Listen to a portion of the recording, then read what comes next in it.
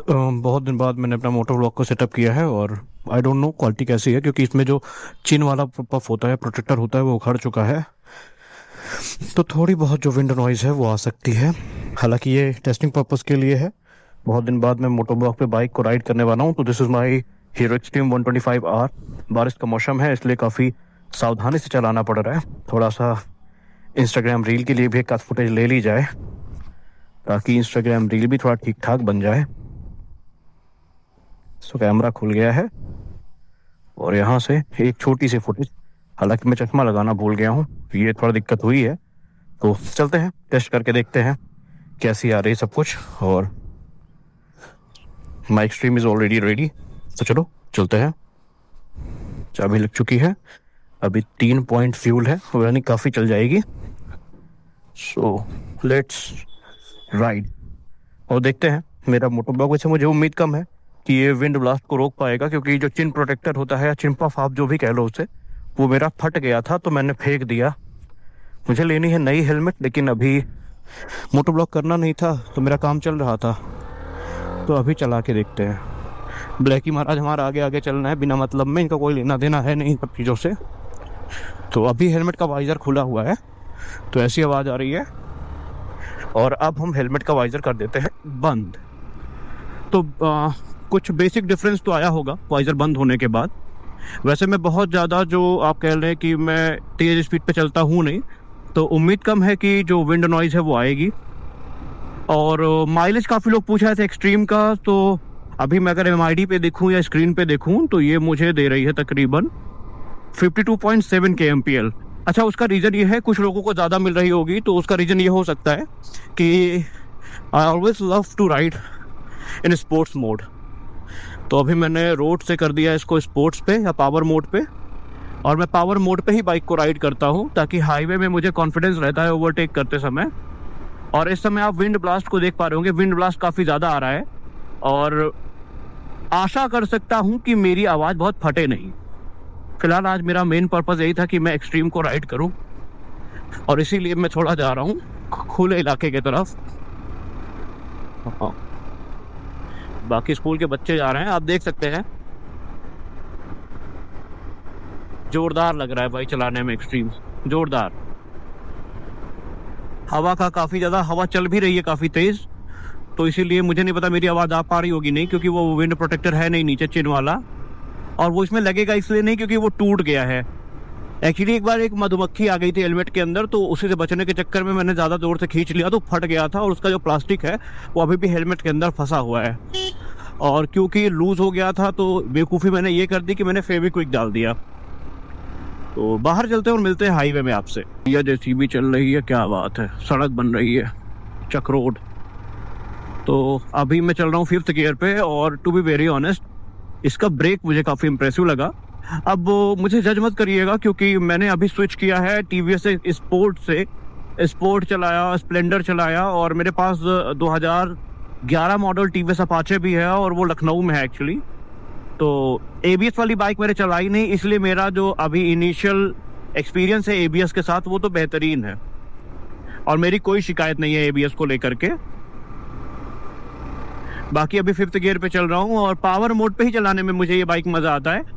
इसमें 3 आपको मोड मिल जाते हैं, एक मिल जाता है इकोनॉमी, एक रोड, और एक पावर मोड। तो मुझे पावर मोड पे ही राइड करने में मज़ा आता है, और शायद यही कारण है कि अगर आप लोग ये सोच रहे होंगे कि 60 kmpl किसी को मिल रहा है माइलेज, किसी को 57 मिल रहा है, एक्सेट्रा एक्सेट्रा, तो हो सकता है वो मोड की वजह से हो। क्योंकि मुझे जब हाईवे में मैं आमतौर पे चलता हूँ तो मुझे ओवरटेक करने में उन दोनों मोड में दिक्कत होती है, तो मैं पावर मोड में ही चलाता हूँ। और अभी यहाँ से बाहर निकलने के बाद एक ओपन स्ट्रेच मिलेगा, तो वहाँ पर हम इसको थोड़ा देखेंगे। आल्दो मैं बाइक को बहुत ज़्यादा भगाता नहीं हूँ, मेरी मैक्सिमम स्पीड जो होती है वो 56 या 60 होती है, और इसकी बहन जा रही है ग्लैमर X। तो अभी आ गए हम बाहर, 3rd गियर पे ये पुल करती है ज़ोरदार।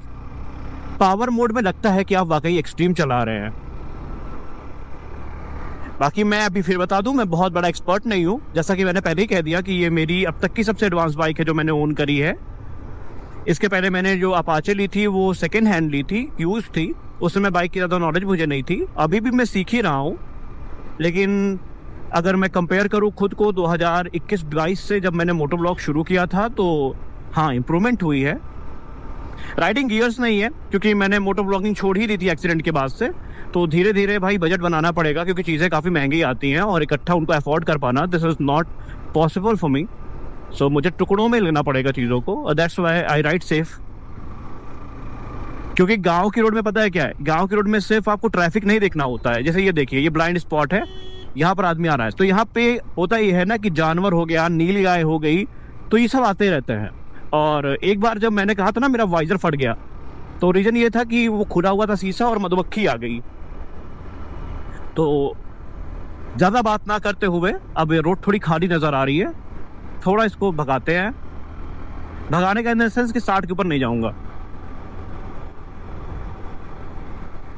5000 आरपीएम पर आके पावर मोड में ये 62 पहुंच जाती है। मैंने कई लोगों को देखा है वो उसको 100+ लेके जा चुके हैं, लेकिन मैं वो रिस्क नहीं लूँगा, क्योंकि मेरे पास राइडिंग गियर्स नहीं है। वैसे भी मेरा वो नेचर नहीं है कि मैं बाइक को ज़्यादा भगाऊँ। अभी मेन पर्पस था इसको टेस्ट करने का, जो मैं कर रहा हूँ।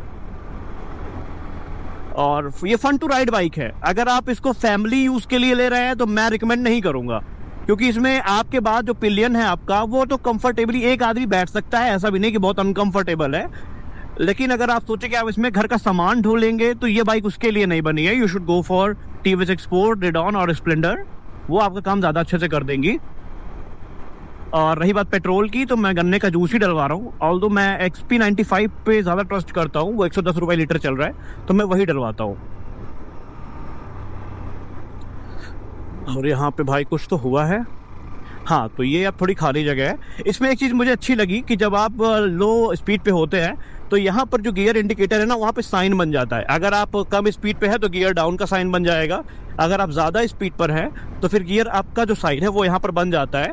यहाँ पर इसका आपको टाइम मिल जाता है, आपको डिस्टेंस आपने कितनी कवर करी है वो देखने को मिल जाती है। ब्लूटूथ कनेक्टिविटी है, टर्न बाय टर्न नेविगेशन है, तो ये फीचर भी है, लेकिन इसके लिए आपको हीरो ऐप डाउनलोड करनी पड़ेगी। और अगर मैं आपको दिखाऊं और फीचर, तो यहाँ पर फ्यूल एफिशिएंसी हो गया। i3s क्या है, मैंने अभी तक इसको एक्टिवेट नहीं किया है, इसके बारे में मुझे देखना पड़ेगा ये व्हाट इज़ i3s, क्योंकि इसमें ऑफ दिखा रहा है। शायद ये कुछ स्मार्ट सिस्टम होगा ट्रैफिक में इंजन ऑन करने या एक RPM मेंटेन करने का, जो भी हो। इसके अलावा अगर मैं बात करूं तो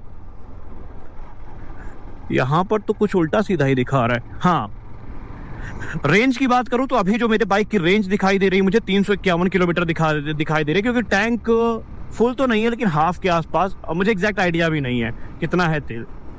MID की मैं बात कर रहा हूँ, इसमें कुछ ग्लिचेस तो हैं, इस बात से मैं इनकार नहीं कर सकता। और डेट यहाँ पे आ जाती है, क्लॉक आ जाती है, कितना आपने कवर किया है डिस्टेंस वो आ जाता है। 700 किलोमीटर पूरे हो गए। मैंने 500 में सर्विस करवाई थी, और सर्विस कॉस्ट मुझे जो इसकी पड़ी थी वो 650 रुपये पड़ी थी। इसमें से 80 रुपये का लेबर कॉस्ट था, और उसमें इंजन ऑयल था और फिल्टर क्लीनिंग, पता नहीं क्या क्या उन्होंने ऐड किया था। लेकिन भाई बाइक को मैं चला चुका हूँ 700 किलोमीटर, और मुझे अभी तक ना इसमें गियर शिफ्टिंग का थोड़ा सा इशू आया था, क्योंकि ये जो क्लच है ना, ये बहुत लाइट था। इसको आप थोड़ा सा प्रेस करिए, पूरा यहाँ चिपक जाता था, तो उसकी वजह से गियर शिफ्टिंग काफ़ी हार्ड थी। लेकिन जब मैंने इसको एडजस्ट करवा दिया तो वो चीज़ यहाँ पे फिक्स हो गई है। तो अब आप देख सकते हैं, I am riding my bike and I am so happy with it. मुझे कोई कंप्लेन नहीं है भाई। हाँ, मैं मानता हूँ कोई बाइक परफेक्ट नहीं होती है। अब यहाँ पे मैं ये थोड़ी बोल दूंगा कि मेरे पास अगर एक्सट्रीम है तो जिन्होंने रेडर ली है वो बुरी है, या जिन्होंने हॉर्नेट 125 ली है वो बुरी है। भाई आपकी पसंद है। मुझे एक्सट्रीम पे जाना था, मैं चला गया, and I am happy with it. अब मैं ये कह दूं कि भाई इसके सामने मैं उस बाइक को हरा दूंगा, इस बाइक को हरा दूंगा, तो भाई तो गलत बात है ना, सेगमेंट ही अलग हो जाएगा।